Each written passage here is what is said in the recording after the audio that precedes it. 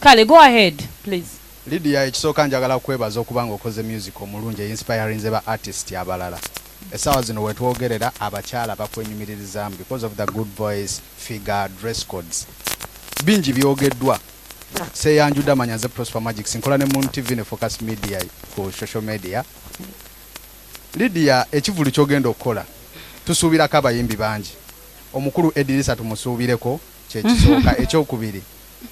Tuwulira olutambula. Tugwe n'omukulu Edirisa waliwo ensonga z'ekyama tusuubire embaga wakati wo n'omukulu Edirisa. Ekirala. Tuyinawo ka special surprise kosuubira okubanga bafani bagenda okujja ke bagenda okubanga balaba kola olunaku. Alright, bibuzo bingi biringa bisatu. So kansokere ka surprise ke kasinga obukulu. Kosembezaayo. Ka special surprise, like I told you, I am outdoing myself. Jangu kusho. Oyagala njase ebyama. Golabe njagala mbasapu nga bw'okyogedde ka surprise. Okitegeera esoba mbi mujje biraba byonna. Sigana kugera linnya lyaba eryamuyimbi yenna nga nziramu question eyo naye. I'll tell you one thing. I'll give you an answer and egenda ku era byonna sijja bidda mugenda kuwa answer. Abayimbi bonna right now abaliwo abasinga bemmanyi mikwano gyange and that's it. I am not dating in the industry. Yes. Okay. Kale. Euje, by name Sam Ibra, nkola ne Vision Group. Ze kibuuzo kyange kiri nti twagala otunyonyolemuuko oba otubuuliremuuko gwenga gwe Lydia. Abuzibu ki bw'olina ne Rema Namakula? Thank you. Kale, since it's a press conference, I have to answer every question. Yeah. Abana mawulire mwenna abali wano. Buli muntu ali wano. Nga nkyogera okuva ku ntobo y'omutima gwange. I have never had any issues with anybody. Especially the one you said. Inti. Nga bwe nabanyonyodde nti propaganda mu industry mungi. And reasons why I don't explain myself bye bino nga bw'obiraba nti abantu balina families. I respect people. Okitegeera abantu balina brands nga bwe nagambye. Sagala pikinganga ku bantu ate malenjo che male, you know. I love every artist. I love them. I support them. Never seen na meeting. I've never had any issues with anybody. And I wish Rema in a concert. I wish her the best. Support her. Ngabiri musatu. Mumale ngalumu mujje ku Africana. Ku Sheraton 23rd. Ngalumu mujje ku Africana. We have enough space. We have enough love. We have enough people. Fans banji. They love us. And you oja kwesanga nga abantu bonna abasinga aveewo no yadde wa saha yagende wa lutalo yajje wa JAZMINE. Yoloza baba bachuka. So I wish Rema the very best. If I had no concert, I would have attended her show. Rakubanti nina concert, I cannot attend. Wow. A media, but then sabe chibuzo mimbi bwachiddamu tukireke. Yeah? Okay, we go ahead. Okay.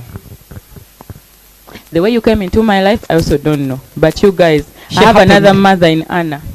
Anna nkubire semnanga Lydia toyogera ekintu kino nkirabye. Ndaba nange. Anna nakubya kati tugenda wa captain tugenda kukola bwe tutikakati Lydia nakuwa business ideas nakola chi. Anna is so that is awesome. Anna. And I'm glad I have a person like you. That side of Anna, you guys don't know. Strict Anna, and I really love you. And you made the most beautiful bride. Ulaba mwanda bakumbaga. So che yogerera. God bless you. Okay, Kale, tutandike. You okay, amanya abampita abe nkola n'omukutu ebyokya mu Uganda. Lydia JAZMINE nina ebibuuzo byange nga bibiri. Ekyoka ddala mu byonna. Yeah. Have you been frustrated by the management zobadde ng'ojja nazo? Giving an example. Bw'ogamba nti oyagala kukyogerako gwe nno kyotomanyi nti manager abo badde nabo ebbali bo bakola ki bakwogerako bw'ogamba nti you have been treated well kati abaana nga ba peer pounds oyinza oba bakotogedde mugeremu oba endala kubanga yayinza okubeera eyo neyeekuliza n'agamba atolaba Lydia Jasmine atuuseko waatuuse yakyo kugamba ku manager because he did what was not in the agreement oba in the contract obanga yasalawo afe nakyo. Okay, that's it. Nziramu kimu kimu. Okay, that's it. Thank you very much. Nga bwe nabagambye banaye munansonyiwa. I am not a person. I am not good ku bintu by'okwogera ennyo ebyo eby'entalo because you know what? Some of those people are their own brands at some point and bagamba omuntu bwakubisa omuliro nawe tosasuza muliro. Kati omuliro gunaazikiza omuliro. Okitegeera kati nze I decide. Trust me when I meet my girls, they know. I tell them, they know. And era ne bwe nkyogera bwe tunesimenya saagala menya abantu balina ebintu bye okitegeera ne gamba ono oba kiri nze I chose to take the blame and it's okay. Okitegeera I chose maybe Lydia tamanagingika oba muzibu oba ali biki it is okay. Abamanyi obalabe bamanyi ate nze neemanyi kyekisinga obukulu ne Katonda saagala ntandike kulwana n'abantu ku media senga banayi nalwana dda sisobola. So tubaleke mbiti byabwe but I already advised the young artists bakimanyi abawala temukimanyi wa mapia they know. Yes, they know. Nabade yabajja please get calm when you have talent topapa labira kunze topapa ono akusabe noli manager gundi jango onchaireko nogenda I mean bas bamanyi I saw someone saying babansabye okujja ewaka you know nga ina promoter amukolera oba DJ oba I don't know that's the word they so bambi nedda if you anyway when you're here for the business and the passion you can always make it feturanye we have made it and we have not been used like that so keep your head up. Atin we recognize you jango tulano kupewa Lydia please waliwo akatebe akakalo yitawe mabega wa Miss Uganda je Atin stoka. First of all, I wish Lydia Jasmine the best in her forthcoming concert. Thank you. I love you so much. Thank you. My question. I appreciate that. My question, the first question, I saw you with the management, over 2 managers first. Nisa kulaba Kongo okola bookings ezawabwele, international bookings. Naye ate ogambye these days you're working with the LJ music. Yeah. And I've seen you doing a video in South Africa, performing in South Africa, performing in the UK and over Canada. So do you feel peace doing with the LJs over you, because you said you need a manager still? Yeah. The achievements you're having are a bit better than the ones you had. Yeah, I love that question. Secondly, wagambye nti doing collaborations, videos outside, bali bagagga.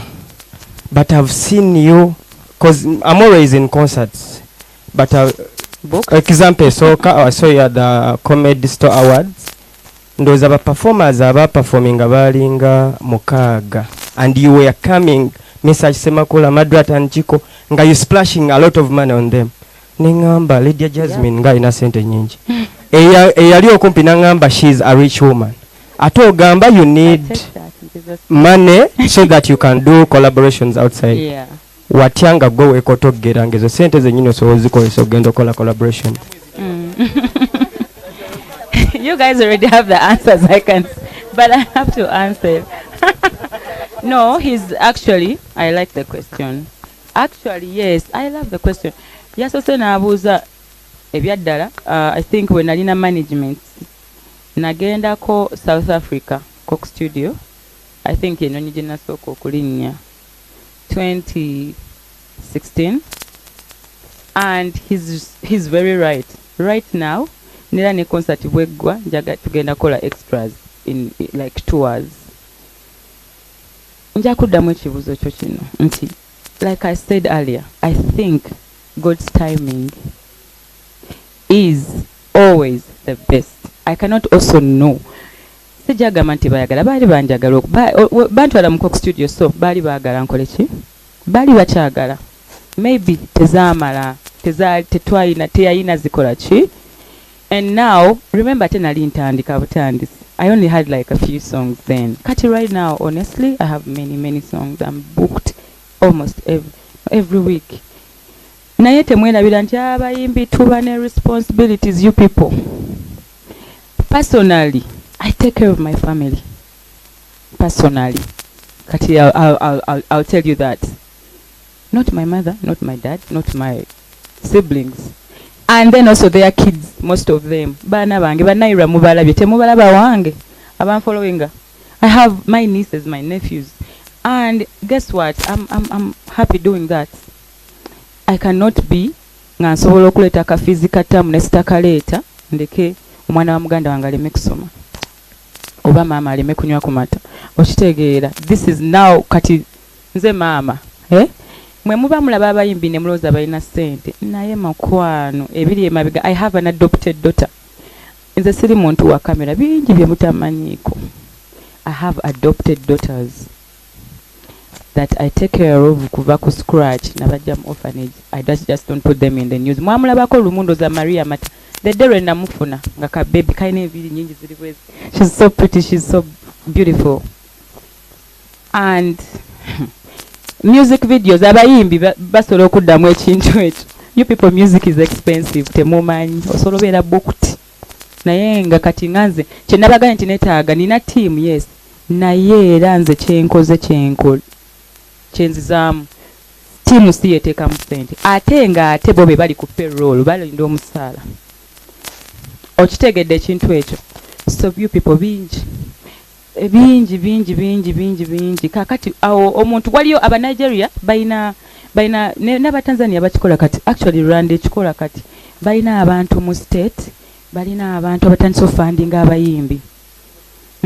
I've seen Rwanda, I've seen President Kagame, you guys, nga akote ku Bruce Melody yasinga kati Rwanda. Do you know why? Bamutaddemu ssente anolimba ne Shaggy from Gab. You think kati nawe ngamba talina nyimba tabeera booked, but now you see waliwo bintu bingi factors. Guy bamukuteko ina bro already, oyo guy kati wakabi bamumanyi n'okusinga naye nga juzi wano Rwanda industry ebadde wet ati ninimbi oli produce naye kati batuli bati Nigeria. Magufuli bwe yafa ya Magufuli Tanzania yali ateeka ssente mbayimbi. I'm not saying president should don't quote me wrong. I'm telling you nti waliyo abantu mu state, waliyo abantu abagaga balina ssente nga zo ate munange bw'oteekamu ofuna. Kubanga nze n'omala onteekamu oba n'oteekamu pia n'okwata kalono n'omugaya agenda okola oluyimba ne Chris Brown. But Davido, it's possible. They are doing it because of what? And you know how much money they are bringing in the country? Omanyi tourism werinye Nigeria. Omanyi nti Nigeria katoina n'Amerika babakola bati kati. Why? Bamanya trick eyo. Bayina abagagga. I know guys I follow. Look at Don Jazzy. You think nti no mugagga ateekamu ayina abayimbi bameka bakoze. Naye omanyi obugagga bwaliko afuna. So people forget music is a business. I wish we have people who know that music is a business. Tiwenteekamu nyo-LYDIA na blowing anagenda nayimba wali edine good. Ofuna na $1 million tugenda vane mu shillings, but okwekotogera okwo honestly abayimbi tebazina ssente tebajja bagamba, and that's the fact.